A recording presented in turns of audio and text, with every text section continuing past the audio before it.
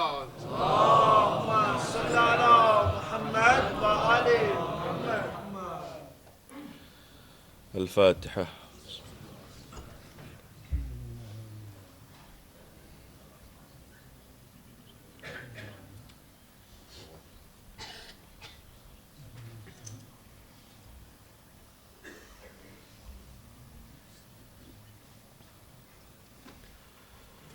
أعوذ بالله السميع العليم من الشيطان اللعين الرجيم.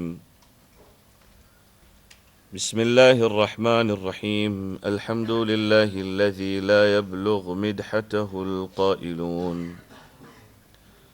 ولا يحصي نعماءه العادون ولا يؤدي حقه المجتهدون. الذي لا يدركه بعد الهمم ولا يناله غوص الفطن. الذي ليس لصفته حد محدود ولا نعت موجود ولا وقت معدود ولا أجل ممدود. فطر الخلائق بقدرته ونشر الرياح برحمته ووتد بالصخور ميدان أرضه. والصلاة والسلام على أشرف الأنبياء والمرسلين خاتم النبيين سيدنا الممجد بشيرنا المصدق نذيرنا المؤيد المصطفى الأمجد محمود الأحمد الذي سمي في السماء بأحمد وفي الأرض بأبي القاسم محمد.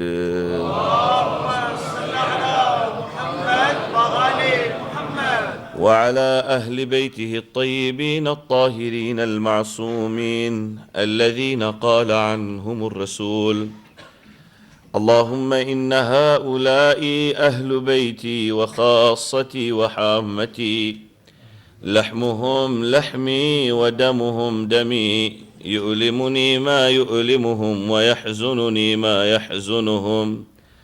أنا حرب لمن حاربهم وسلم لمن سالمهم وعدو لمن عاداهم ومحب لمن أحبهم. إنهم مني وأنا منهم. فاجعل صلواتك وبركاتك ورحمتك وغفرانك ورضوانك علي وعليهم وأذهب عنهم الرجس وطهرهم تطهيرا.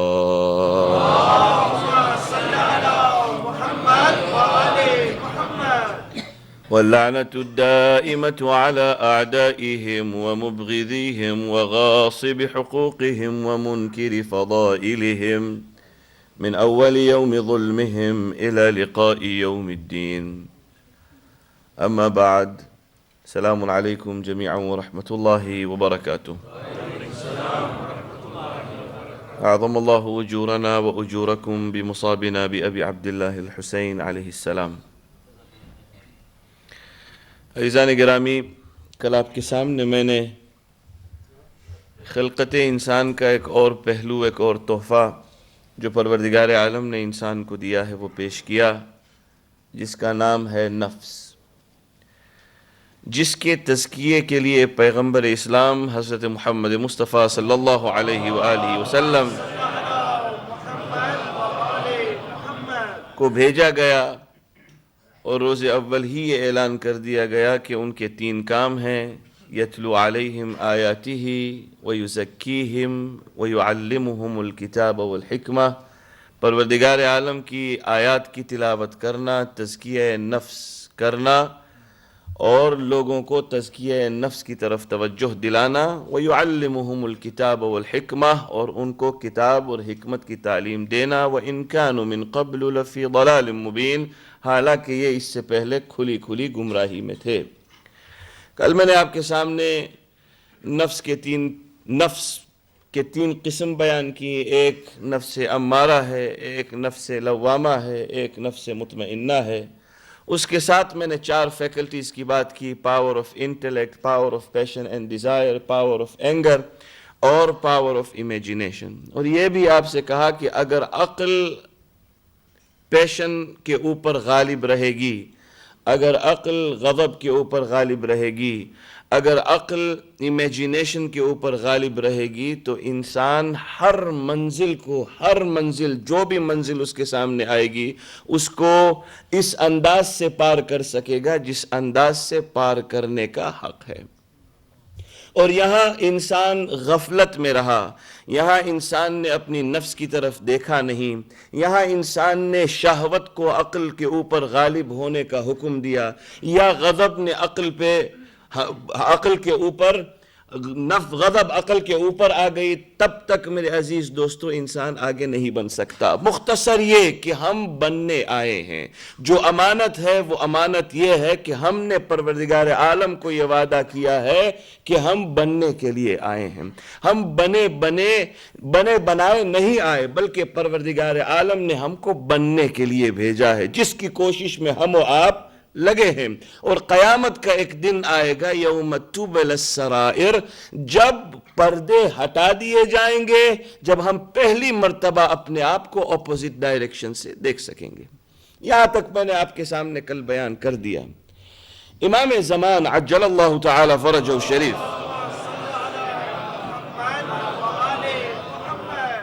ہمارے 12ویں امام کے 4 نائب تھے، 4۔ عثمان ابن سعید امروی، اس کے بعد ان کے بیٹے تھے محمد ابن عثمان ابن سعید امروی، اس کے بعد تھے حسین ابن روح نوبختی، اور اس کے بعد محمد ابن علی السمری۔ یہ 4 نائب امام کے تھے، ان کو نواب خاص کہا جاتا ہے، یعنی یہ خاص نائب امام تھے۔ ان 4 میں سے پہلے 2 نائب باپ اور بیٹا تھے، یعنی عثمان ابن سعید اور محمد ابن عثمان ابن سعید، یہ دونوں باپ اور بیٹا تھے۔ اتنا یاد رہے، اتنا یاد کہ یہ نواب معصوم نہیں تھے، یہ ہم و آپ جیسے انسان تھے، مگر چونکہ انہوں نے اپنی حیثیتوں کو، انہوں نے اپنے نفسوں کو، انہوں نے اپنے آپ کو، انہوں نے اپنی اس اسپریچوالٹی کو، اپنے اسپریچول بینگ کو، اپنے اس فزیکل بینگ کو اتنا سنبھال کے رکھا تھا کہ وہ اس قابل ہو گئے کہ امام کے نواب خاص بن جائیں۔ اور ہم بھی یہ چاہتے ہیں، روزانہ ہماری یہ دعائیں ہوتی ہیں کہ خدا کرے کہ ہم بھی امام کے انصار میں شمار ہوں، ہم بھی امام کے انصار میں شمار ہوں، اعوان میں شمار ہوں، ان کے جیش کے اندر ہم بھی ساتھ شامل ہو سکیں۔ یہ ہماری روزانہ کی دعائیں ہیں، ان کی ظہور کی دعائیں ہم کرتے رہتے ہیں، مگر ہم کیا اس قابل بن گئے ہیں یا ہم نے اس کا راستہ اختیار کیا ہے کہ امام خود محسوس کریں کہ نہیں میں اس سے ملاقات کر سکتا ہوں؟ یہ ایک سوال ہے کہ میں اور آپ اپنے آپ کو پوچھ سکتے ہیں کہ کیا میں اس قابل ہو گیا ہوں کہ امام میری ملاقات کریں؟ کیا میں نے اس نفس کو سنبھال لیا ہے؟ کیا میں نے عقل کے اوپر میری شہوت کے اوپر عقل کو حاوی رکھا ہے، غضب کے اوپر عقل کو حاوی رکھا ہے یا نہیں رکھا؟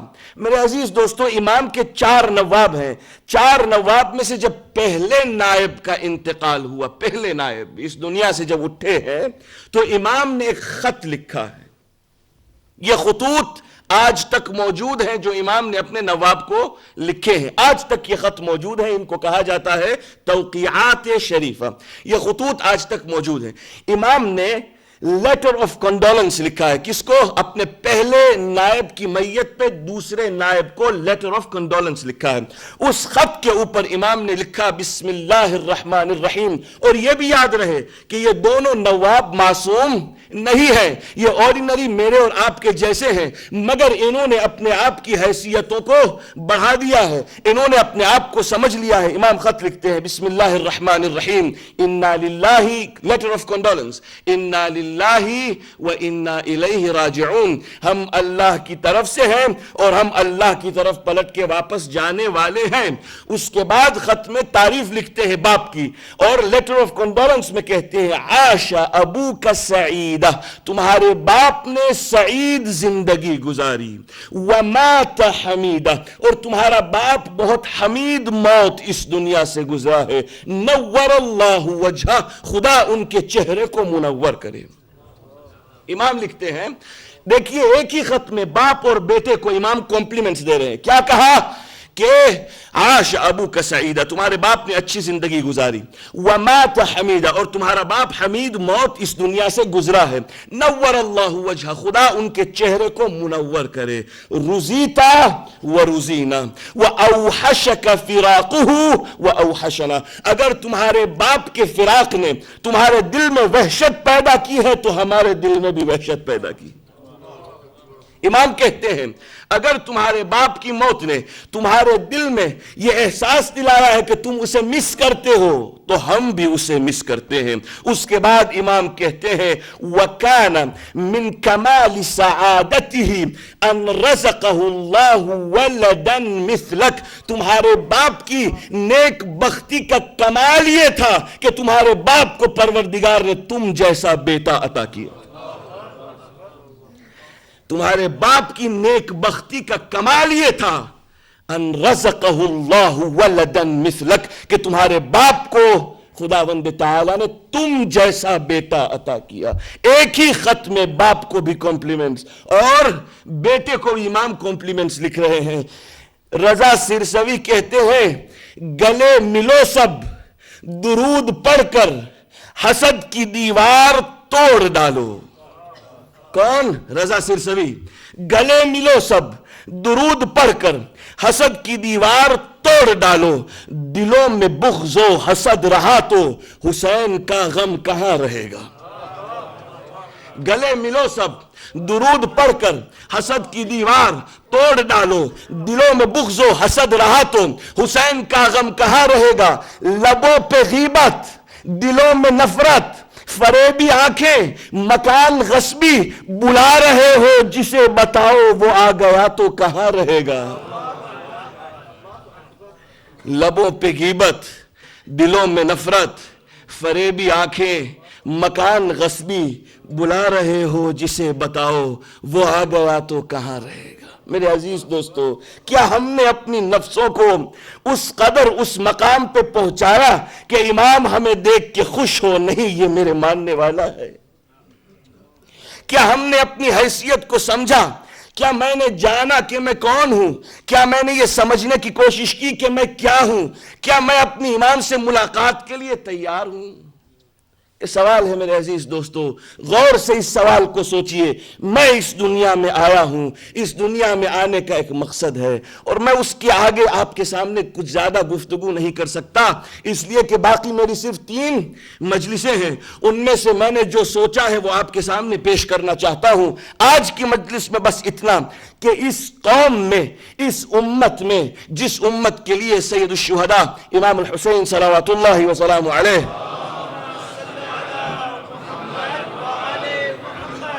نکلے تھے مدینے سے یہ کہہ کے انی لم اخرج اشرا ولا بطرا ولا مفسدا ولا ظالما، میں شہرت حاصل کرنے کے لیے نہیں نکل رہا ہوں، میں ظلم کرنے کے لیے نہیں نکل رہا ہوں، میں کوئی شے پانے کے لیے نہیں نکل رہا ہوں. انما خرجت لطلب الاصلاح فی امت جد رسول اللہ، میں نکل رہا ہوں، میں اپنے جد امجد کی امت کی اصلاح کے لیے نکل رہا ہوں. اريد ان آمر بالمعروف وانہا عن المنکر، میں چاہتا ہوں کہ امر بالمعروف کروں، نہیں عن المنکر کروں. خدا قرآن میں کہتا ہے وَلَا تَكُونُوا كَالَّذِي نَسُوا اللَّهَ، ایسے مت بنو جنہوں نے اللہ کو بھلا دیا.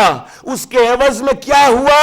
فَأَنْسَاهُمْ أَنفُسَهُمْ، خدا نے ان کو اپنے نفسوں کو بھلا دیا. ہم چونکہ خدا کو بھلا چکے ہیں، خدا نے کیا کیا؟ ہمارے اپنے نفسوں کو بھلا دیا. وَلَا تَكُونُوا كَالَّذِي نَسُوا اللَّهَ، ایسے مت بنو جنہوں نے اللہ کو بھول گئے. فَأَنْسَاهُمْ أَنفُسَهُمْ، اس نے ان کے نفسوں ہی کو بھلا دیا. حالانکہ انسان کمال کے لیے پیدا ہوا ہے، حالانکہ انسان ایک ایسی منزل کے لیے پیدا ہوا ہے تاکہ وہ انسان اس منزل کو طے کر کے اپنے رب کے ساتھ یونٹی کو حاصل کر سکے. قوم کو، سوسائٹی کو، امت کو تربیت کی ضرورت ہے. وہ تربیت نہیں جس تربیت کا معنی میں اور آپ سمجھتے ہیں، نہیں. وہ تربیت جسے اسپرچول نرشمنٹ کہا جاتا ہے، وہ تربیت جس کے اندر روحانیت انسان کی آگے بڑھتی ہے، وہ تربیت جس کے لیے پروردگار عالم نے اس روح کو اس دنیا میں بھیجا ہے تاکہ یہ تربیت لے کر انسان اپنے پروردگار سے مل سکے۔ ایک مرتبہ کا واقعہ ہے اور یہ جناب نوح کی زندگی کا واقعہ ہے۔ جناب نوح قرآن کے الفاظ میں 900 سال دنیا میں رہے۔ اکارڈنگ ٹو قرآن مجید 900 برس جناب نوح اس دنیا میں رہے، اور احادیث کے مطابق 2000 سال۔ جناب نوح کو 2000 سال کی زندگی ملی، قرآن میں 900 اور احادیث میں 2000 سال جناب نوح کو زندگی عطا ہوئی۔ جب وقت آخر آیا جناب نوح کا اور ملک الموت ان کی روح قبض کرنے کے لیے آیا، تو آپس میں ملک الموت کی اور نوح کی گفتگو ہوئی۔ نوح اور جناب ملک الموت کی گفتگو ہوئی۔ جناب نوح نے ملک الموت سے پوچھا کیا کرنے آئے ہو؟ ملک الموت نے کہا وہی جو سب کے لیے کرنے آتا ہوں۔ 2000 سال جیے ہاں جناب نوح، 2000۔ کیا کرنے آئے؟ آپ کی روح قبض کرنے کے لیے آیا۔ میری روح قبض کرنے کے لیے آئے؟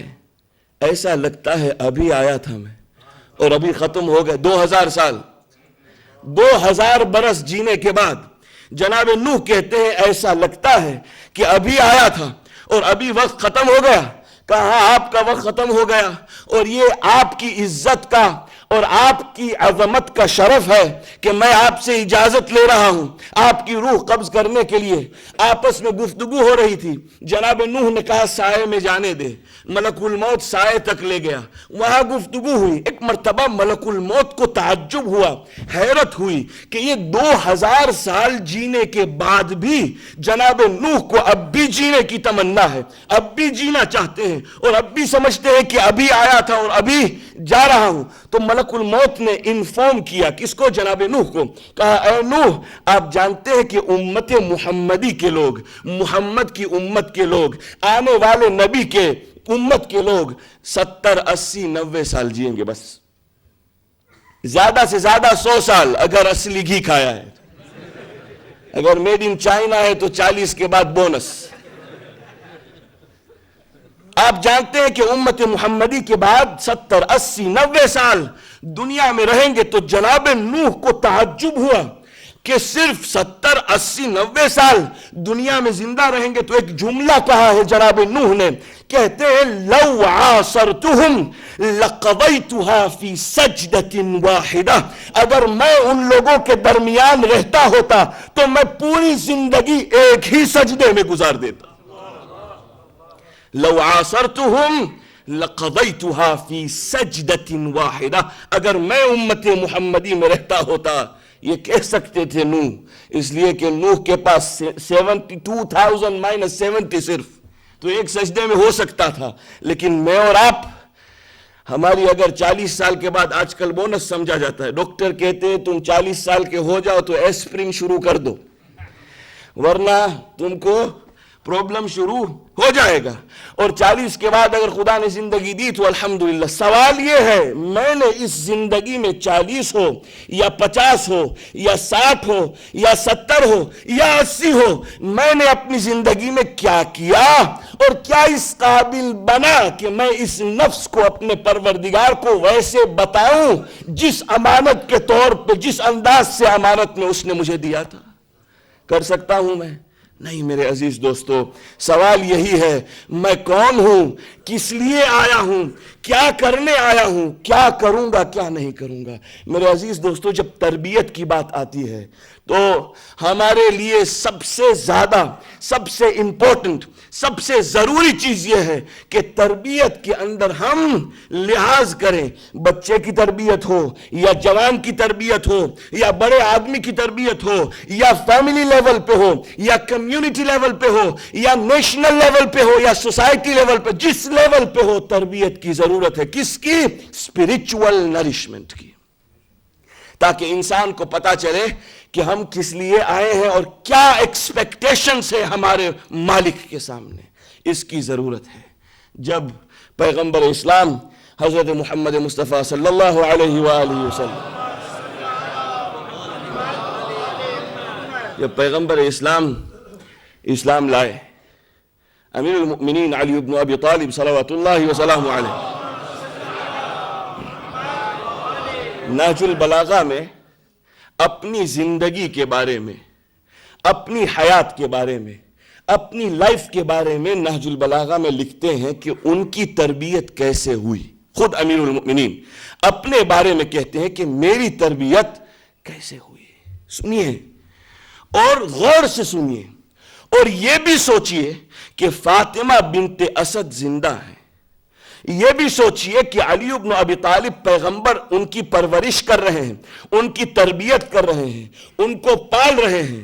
امیر المؤمنین نہج البلاغہ میں کہتے ہیں، اپنے بارے میں کہتے ہیں وَلَقَدْ كَانَ يَضُمُّنِي إِلَى صَدْرِهِ، پیغمبر اسلام میرے بچپنے میں مجھے اپنے سینے سے لگایا کرتے تھے.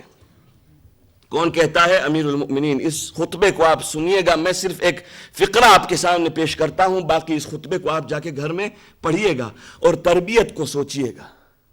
فرماتے ہیں وَلَقَدْ عَلِمْتُمْ مَوْضِعِي من رسول اللہ بالقرابت القریبہ والمنزلت الخصیصہ، تم جانتے ہو کہ میری منزلت پیغمبر اسلام کی نگاہ میں کیا تھی، اس لیے کہ میں ان کے نزدیک تھا اور بہت قریب تھا. جانتے ہو میری حیثیت کیا تھی؟ وَلَقَدْ كَانَ يَضُمُّنِي إِلَى صَدْرِهِ، پیغمبر مجھے اپنے سینے سے لگاتے تھے، اپنے زانوں پہ بٹھاتے تھے. پیغمبر خود مجھے اپنے زانوں پہ بٹھاتے تھے. اس کے بعد وَيَضُمُّنِي إِلَى صَدْرِهِ، مجھے اپنے سینے سے لگاتے تھے. وَيَكْنُفْنِي فِي فِرَاشِهِ، مجھے اپنے بستر میں جگہ دیتے تھے. وَيُمِسُّنِي جَسَدَهُ وَيَشُمُّنِي عَرْقَهُ، وہ اپنے جسم کو میرے جسم سے ملاتے تھے، اپنی پسینے کی خوشبو مجھے سنگھاتے تھے. کون؟ امیر المؤمنین کہتا ہے پیغمبر اسلام یہ کام کرتے تھے میرے ساتھ. مگر کیوں؟ وَلَقَدْ كَانَ يَمْضَعُ الشَّيْء ثُمَّ يُلْقِمُنِي، پیغمبر جب کھانا کھاتے تھے تو ایک نوالا منہ میں ڈالتے تھے اور لقمہ لقمہ کر کے میرے منہ میں ڈالتے تھے. اللہ اکبر. کون کہتا ہے؟ امیر المؤمنین. نہج البلاغہ جا کے کھول کے دیکھ لیجئے گا. وَلَقَدْ كَانَ يَمْضَعُ الشَّيْء، کھانا کھاتے تھے، ثُمَّ يُلْقِمُنِي، ایک ایک لقمہ میرے منہ میں ڈالتے تھے. کیوں؟ مگر کیوں؟ اس کی وجہ کیا تھی؟ کیوں ایک ایک لقمہ منہ میں ڈالتے تھے؟ اس کا کوئی نتیجہ تو ہونا چاہیے، اس کے اندر کوئی شے تو ہونی چاہیے. پیغمبر اسلام کا کوئی فعل ایسا فعل نہیں جو بیکار فعل ہو. پیغمبر کا ہر فعل میں کوئی حکمت ہے. وَلَقَدْ كَانَ يَمْضَعُ الشَّيْء ثُمَّ يُلْقِمُنِي، اس کا نتیجہ کیا نکلا؟ مولا خود فرماتے ہیں اس کا نتیجہ یہ نکلا فَمَا وَجَدَنِي كَذْبَةً فِي الْقَوْلِ وَلَا خَطْلَةً فِي الْفِعْلِ، اس کا نتیجہ یہ نکلا کہ پیغمبر نے اپنی زندگی میں کبھی بھی میرے منہ سے ایک حرف جھوٹ کا نہیں سنا اور نہ ہی میرے کردار میں کوئی کمزوری پائی. پیغمبر نے میرے کردار میں کوئی کمزوری نہیں پائی. دیکھیے معصوم تھے علی، تربیت کی ضرورت نہیں تھی. معصوم پیدا ہوتا ہے، معصوم دنیا میں معصوم بن کے آتا ہے. علی بن ابی طالب کو وہ تربیت کی ضرورت نہیں. اور پھر کہتے ہیں وَلَقَدْ قَرَنَ اللَّهُ بِهِ مِن لَدُنْ أَنْ كَانَ فَطِيمًا أَعْظَمَ مَلَكٍ مِّن مَلَائِكَتِهِ يَسْلُكُ بِهِ طَرِيقَ الْمَكَارِمِ وَمَحَاسِنِ أَخْلَاقِ الْعَالَمِ لَيْلَهُ وَنَهَارَهُ.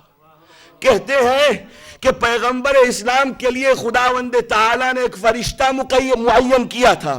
وَلَقَدْ قَرَنَ اللَّهُ بِهِ مِن لَدُنْ أَنْ كَانَ فَطِيمًا أَعْظَمَ مَلَكٍ مِّن مَلَائِكَتِهِ يَسْلُكُ بِهِ طَرِيقَ الْمَكَارِمِ وَمَحَاسِنِ أَخْلَاقِ الْعَالَمِ لَيْلَهُ وَنَهَارَهُ، جو پیغمبر کو راستے دکھاتا تھا، روزانہ پیغمبر کو ایک نیا پرچم لہرا کے دیتا تھا. اور کہتے ہیں وَلَقَدْ كُنْتُ أَتَّبِعُهُ اتباع الفصیل اثر امه، میں پیغمبر کے پیچھے ایسے جاتا تھا، ایسے چلتا تھا جیسے اونٹنی کا بچہ اپنی ماں کے پیچھے پیچھے چلتا.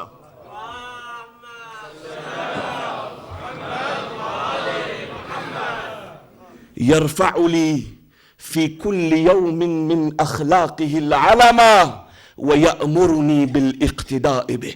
روز آنا پیغمبر میرے لیے ایک نیا پرچم اخلاق کا لہراتے تھے اور مجھے حکم دیتے تھے کہ اس کو فالو کرو. وَلَقَدْ كُنْتُ أَتَّبِعُهُ اتِّبَاعَ الْفَصِيلِ أَثَرَ أُمِّهِ.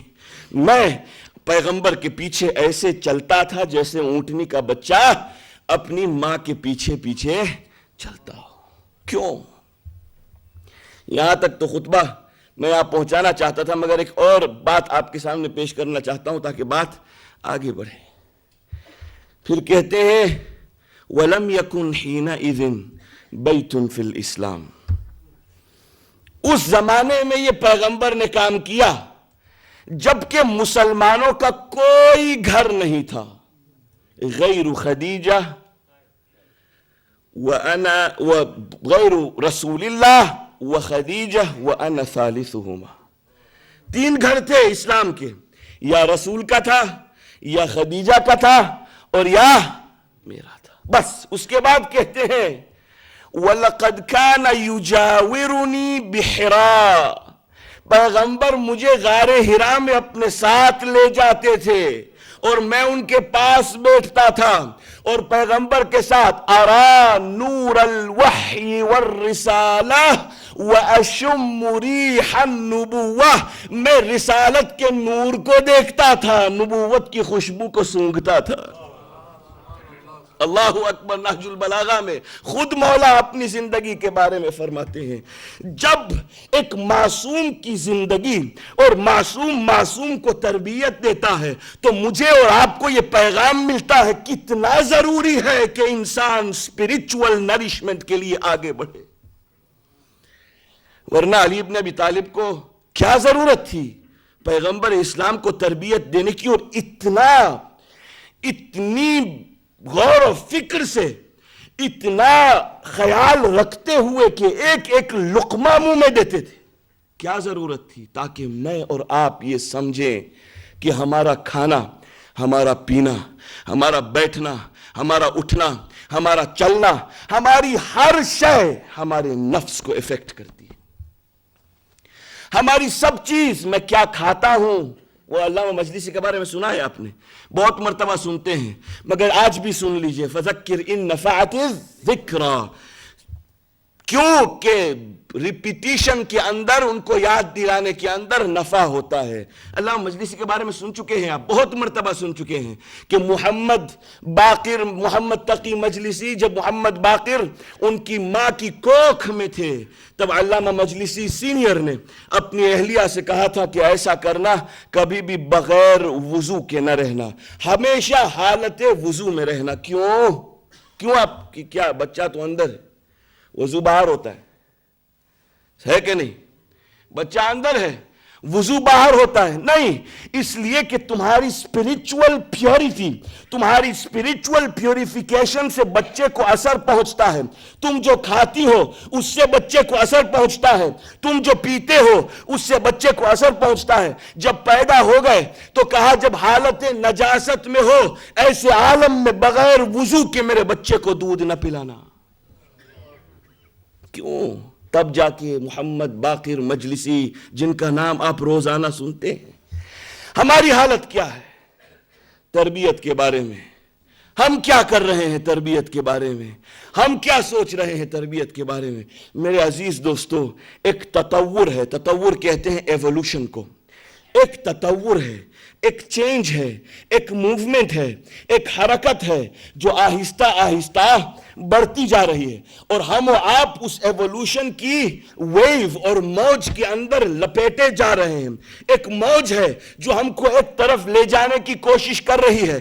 اگر ہم اس موج کے اندر آ گئے تو وہاں پھینکے گی جہاں یہ موج کا پھینکنے کا ارادہ ہے. اگر ہم نے آج کچھ نہیں کیا تو میرے عزیز دوستو آنے والے کل کی کوئی توقع بھی نہیں ہو سکتی. اگر ہم نے اپنی خود کی تربیت نہیں کی، اگر ہم نے خود نہیں دیکھا کہ ہم نے کیا کیا ہے، مصیبت کیا بتاؤں آپ کو. ایک بچے سے پوچھئے، تربیت کی بات کر رہا ہوں، ایک بچے سے پوچھئے، آج بائی دا وے میں جانتا ہوں کہ لیورپول اور بارسلونا کی گیم ہے، مگر ایک بچے سے پوچھئے کہ یہ جو کھیل رہے ہیں آج جہاں بھی کھیل رہے ہیں، اگر لیورپول کا سپورٹر ہے تو اس کو کیپٹن کا نام معلوم ہے، اس کو سپونسر کا نام معلوم ہے، اس کو بول کا نام معلوم ہے، اس کو ریفری کی وسل کا نام معلوم ہے، اس کو ساکس معلوم، اس کو یہ بھی معلوم ہے کہ اس کا ایک پیر کتنے میں انشورڈ ہے، اس کے فیوریٹ پلیئر کا ایک پیر کتنے میں انشورڈ ہے، معلوم ہے، ہر شے معلوم، کون سی گیم کب کھیلی جائے گی، کہاں کھیلی جائے گی، کیسے کھیلی جائے گی، ایگریگیٹ کیا ہے، گول کیا ہے، ڈیفرنس کیا ہے، کون جیتے گا، کون ہارے گا، ہر شے معلوم ہے۔ اسی بچے سے پوچھئے 5ویں امام کی ماں کا نام کیا ہے، پوچھئے اس بچے کو کہ 5ویں امام کی ماں کا نام کیا ہے، تو آپ سے کہے گا کہ اگر میں جانتا ہوتا تو میں خود مولانا نہیں ہوتا۔ گویا صرف مولانا جانتا ہے کہ 5ویں امام کی ماں کا نام، یہ تربیت ہے۔ عجل اللہ تعالی فرجک، پالنے والے قائم آل محمد کے ظہور میں تعجیل فرما۔ اگر یہی تربیت ہے میرے عزیز دوستو، اگر اسی کا نام تربیت ہے، اگر ہم اسی کو تربیت کہتے ہیں، تو والعصر، قسم ہے زمانے کی، ان الانسان لفی خسر، یقیناً انسان گھاٹے میں، یقیناً انسان گھاٹے میں۔ میں بہت سی باتیں کرنا چاہتا ہوں لیکن کچھ انتظار بھی کرنا پڑے گا آپ کو، کیونکہ کچھ ایسی باتیں جو آج شروع کروں گا تو کل ختم کرنے کے لیے مجھے دوسری کوئی چیز ملانا پڑے گی اس میں، اسی لیے میں آج اس بات کو یہیں روکتا ہوں۔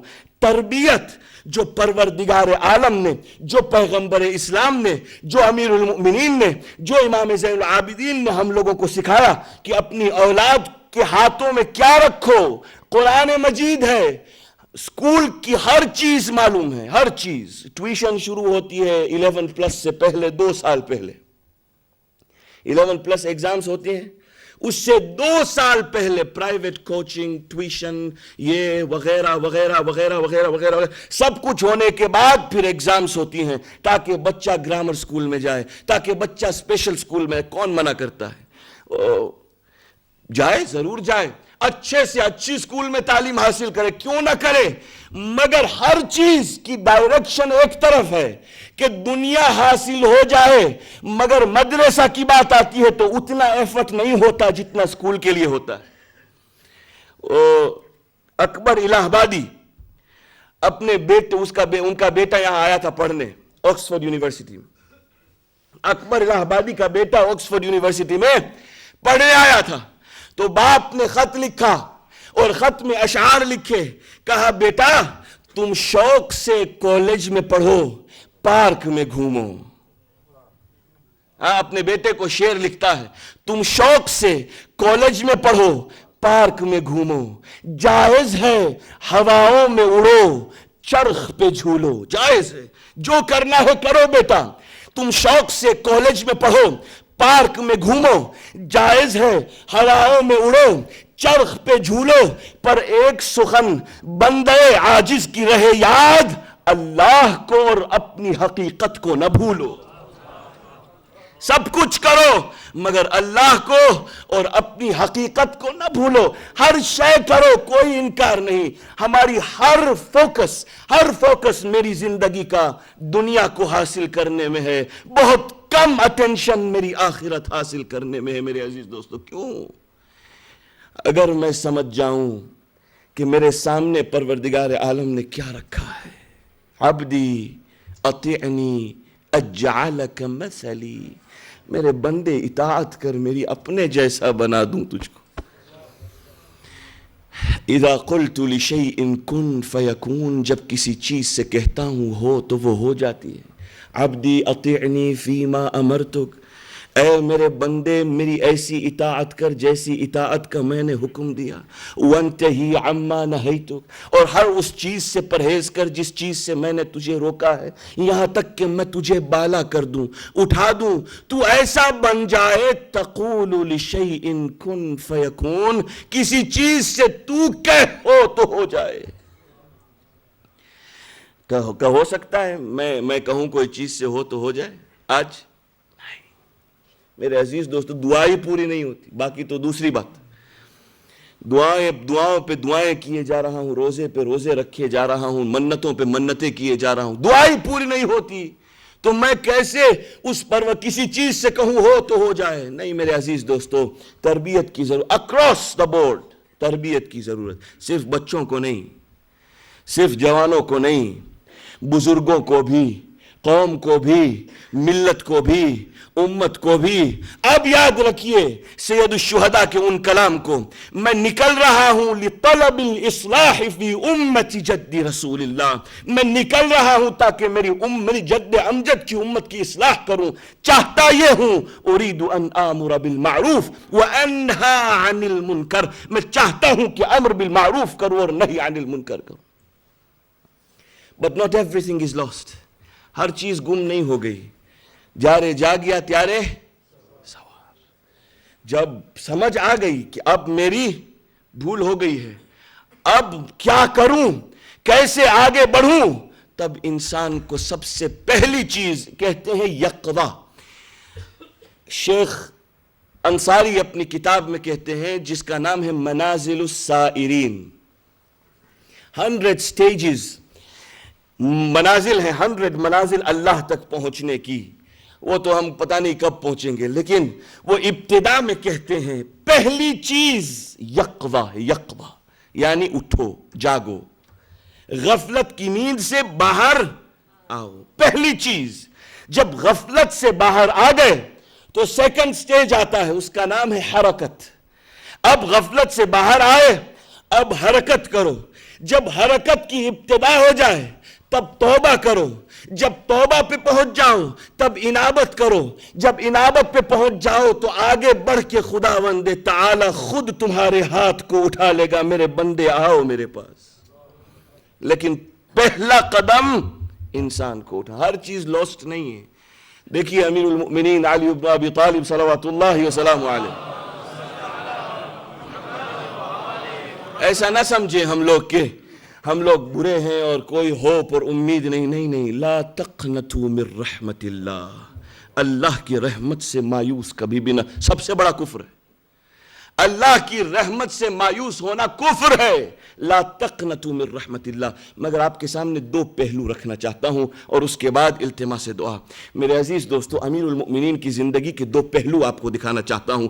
ایک پہلو وہ ہے جہاں امیر المؤمنین ہمارے فوکس کو، کیپنگ اس آن آور ٹوز، ہمارے فوکس کو مستقیم رکھ کے ہمیں اپنی زندگی میں ایک لیسن دے کے جا رہے ہیں۔ اور دوسری جگہ امیر المؤمنین کہتے ہیں کہ اللہ کی رحمت سے مایوس نہ ہو۔ دونوں آپ کے سامنے پیش کرتا ہوں۔ جب معاویہ، پروردگار اس کو غریق لعنت کرے، جب معاویہ ابن ابو سفیان کے سامنے زرار آئے، زرار، تو زرار کون تھے؟ جو مولا کائنات کو بہت چاہتے تھے، ان کے گیت گایا کرتے تھے، ان کے قصیدے پڑھا کرتے تھے۔ زرار ایک مرتبہ معاویہ کے سامنے آیا شام میں۔ معاویہ نے زرار سے کہا دن رات صبح شام بس علی کے گیت گاتے ہو اور کچھ آتا نہیں ہے تم کو، صبح شام دوپہر رات کیا پایا ہے تم نے علی میں، کیا دیکھا ہے تم نے علی میں، کون سی چیز دیکھی ہے تم نے علی میں؟ تو زرار کہتے ہیں بتاؤں، بوڑھے ہو گئے تھے زرار، بھویں گر گئی تھی، کمر جھک گئی تھی۔ ایک مرتبہ اب کمر کا پٹا تھا، اس پٹے کو کسا، کمر کو سیدھا کیا، معاویہ کو دیکھ کے کہا معاویہ تو جاننا چاہتا ہے علی کون ہے اور میرا پرسپشن علی کے اوپر کیا ہے بتاؤں؟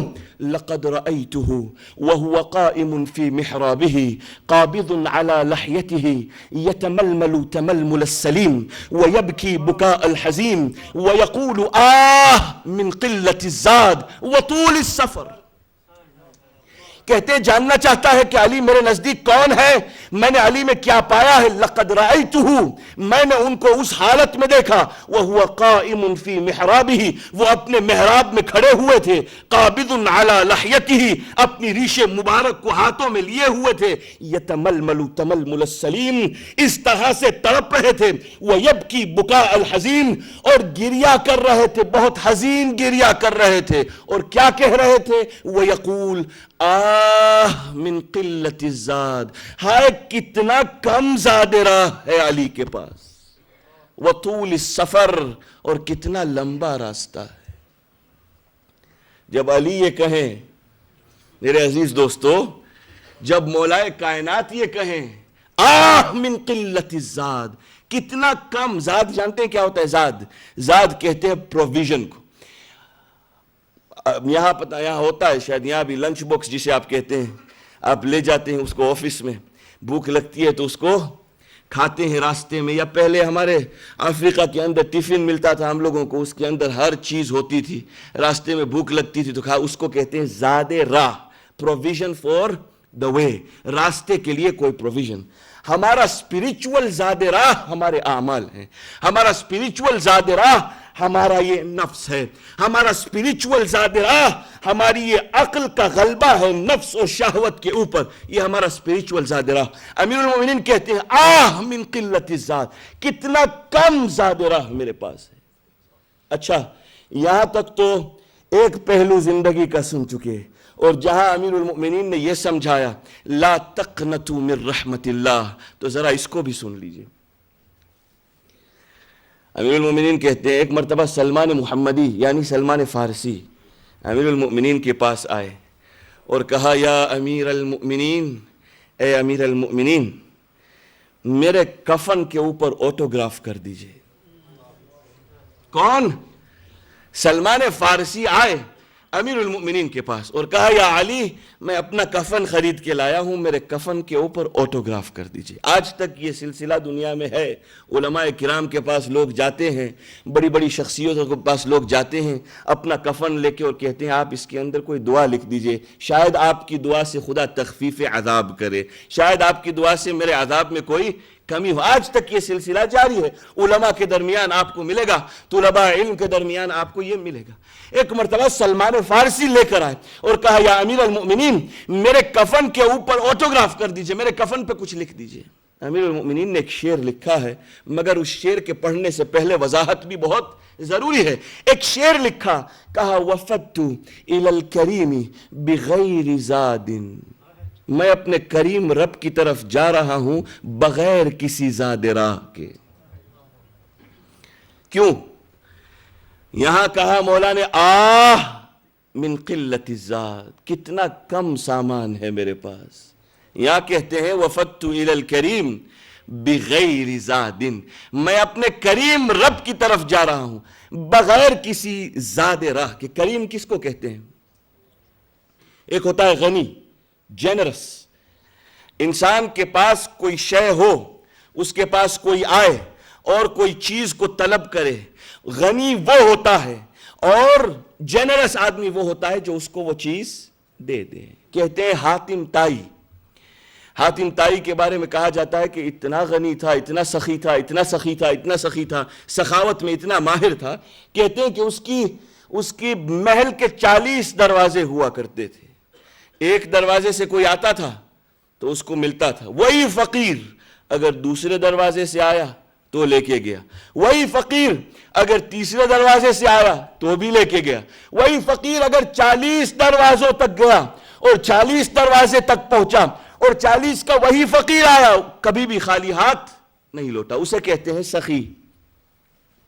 کریم کس کو کہتے ہیں؟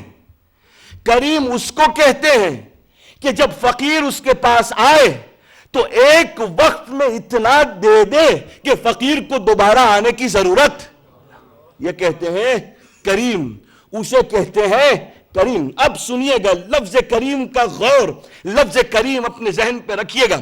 امیر المومنین کہتے ہیں وفدت الی الکریم بغیر زاد، میں اپنے کریم پروردگار کی طرف جا رہا ہوں بغیر کسی زاد راہ کے۔ کیوں؟ فحمل الزاد اقبح كل شيء اذا كان الوفود الى الكريم، اس لیے کہ ایک کریم رب کے پاس زاد راہ کا لے جانا کریم کی توہین ہوتا ہے۔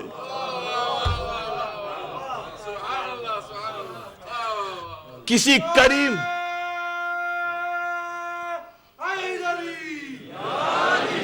اس لیے کہ کریم رب کے پاس زاد راہ کا لے جانا کریم کی توہین ہوتا ہے۔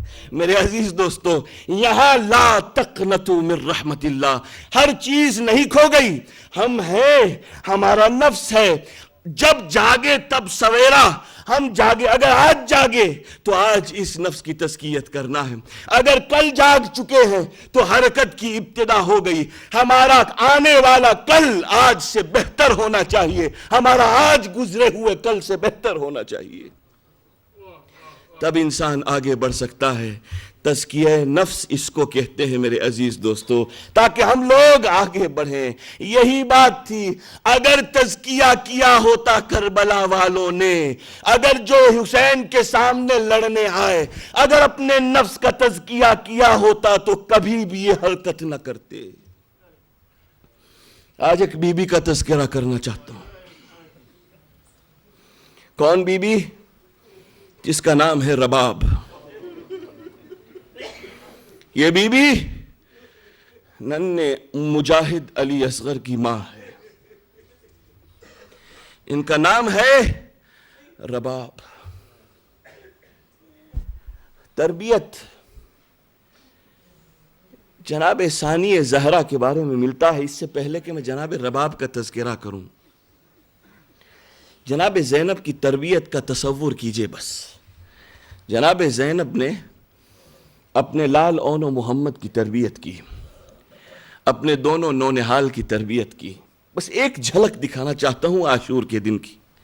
عاشور کی دن دونوں اون و محمد کے پاس آئیں اور کہا بیٹا اون، بیٹا محمد جاؤ۔ دیکھیے ماں تربیت کر رہی ہے، بیٹا اون، بیٹا محمد جاؤ، ماموں پہ قربان ہو جاؤ، زندہ واپس نہ آنا۔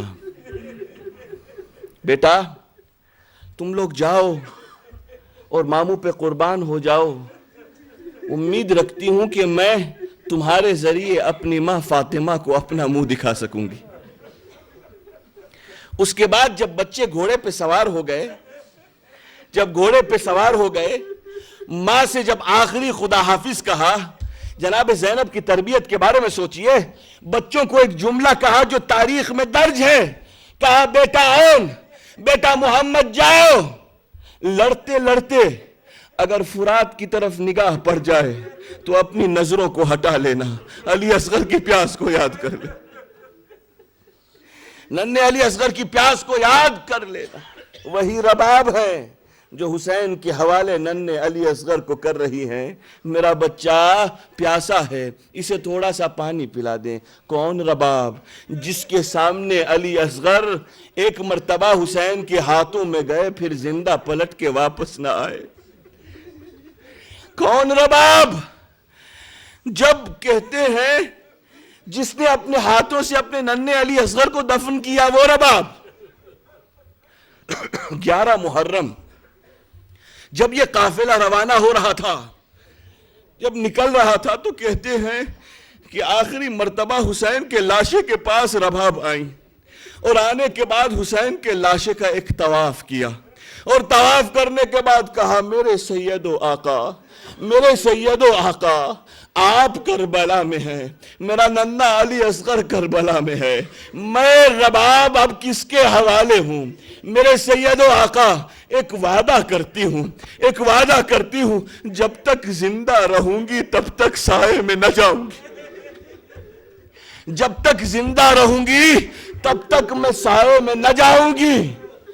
جب جناب رباب وہاں سے ہٹی ہیں اور شام میں آئی ہیں تو شام میں یہ وعدہ خود بخود پورا ہو گیا، اس لیے کہ وہ زندان ایسا زندان تھا جس کی چھت نہ تھی، راتوں کو سردی ہوتی تھی، دن میں تپتی ہوئی دھوپ تھی، ہمیشہ دھوپ میں بیٹھا کرتی تھی۔ یہ رباب جناب سکینہ کو زندان شام میں کھونے کے بعد تاریخ میں ملتا ہے، جب یہ لٹا ہوا قافلہ شام سے روانہ ہوا اور بیبیاں ایک مرتبہ محملوں میں سوار ہو کے کربلا کی طرف جا رہی تھی، ایک مرتبہ رباب پلٹ پلٹ کے زندان کی طرف دیکھتی تھی اور کہتی تھی شام والوں میری بچی سکینہ تنہا ہے، میری ننھی سکینہ تنہا ہے، میری ننھی سکینہ کو اکیلا نہ چھوڑنا۔ عزادارو کہتے ہیں کہ جب شام سے کربلا میں یہ بی بی آئی، اپنے آپ کو اونٹ سے گرا دیا۔ ثانیہ زہرا کہتی ہے جب ہم مدینہ جا رہے تھے، ایک مرتبہ میں نے دیکھا ایک بی بی بیٹھی ہوئی ہے حسین کی قبر پہ، میں نے حکم دیا اونٹ بٹھا دیا جائے، میں بھائی کی قبر کے پاس پہنچی، میں نے دیکھا بھابی رباب بیٹھی ہوئی ہے، میں نے کہا بھابی مدینے کا سفر تیار ہے؟ میں نے سنا میری بھابی رباب کہہ رہی تھی میرے سید و آقا رباب مدینہ جا کے کیا کرے، سکینہ زندان شام میں ہے، علی اصغر آپ کے ساتھ ہے، آپ کربلا میں ہیں، رباب مدینے جا کے کیا کرے۔ ایک مرتبہ جب مدینہ آ گئے، رباب کبھی بھی سائے میں نہ بیٹھی۔ کہتے ہیں تاریخ میں ایک دن بارش ہو رہی تھی، مدینہ میں ایک دن بارش ہو رہی تھی، بہت سخت و تیز بارش ہو رہی تھی۔ جناب زینب نے دیکھا رباب مدینے میں صحن کے اندر بیٹھی ہوئی ہے، آئی ثانیہ زہرا کہا بھابی اندر آ جائیے، بھابی تیز بارش ہو رہی ہے۔ جناب رباب نے کہا آج کوئی کیا خاص بات ہے کہ تمہاری بھابی اندر آ جائے؟ کہا اس لیے کہ بارش ہو رہی ہے۔ کہا نہیں، میں اپنے سید و آقا کو وعدہ کر کے آئی ہوں۔ ثانیہ زہرا اندر آئی، سید سجاد سے کہا بیٹا سید سجاد اپنی ماں کو اندر بلاؤ۔ عابد بیمار آئے، کہا اماں اندر آ جائیے۔ رباب سمجھ گئی امام کا حکم ہے، ایک مرتبہ تڑپ کے پوچھا بیٹا یہ بیٹے کا حکم ہے یا امام کا حکم ہے؟ بیٹا بطور بیٹا کہتے ہو اندر آؤ یا بطور امام؟ سید سجاد کی آنکھوں سے آنسو بہنے لگے، کہا ماں بحیثیت امام کہہ رہا ہوں، بس تاریخ کہتی ہے رباب کمر پکڑ کے کھڑی ہوئی، ایک مرتبہ زمین پہ گری، رباب کی روح جنت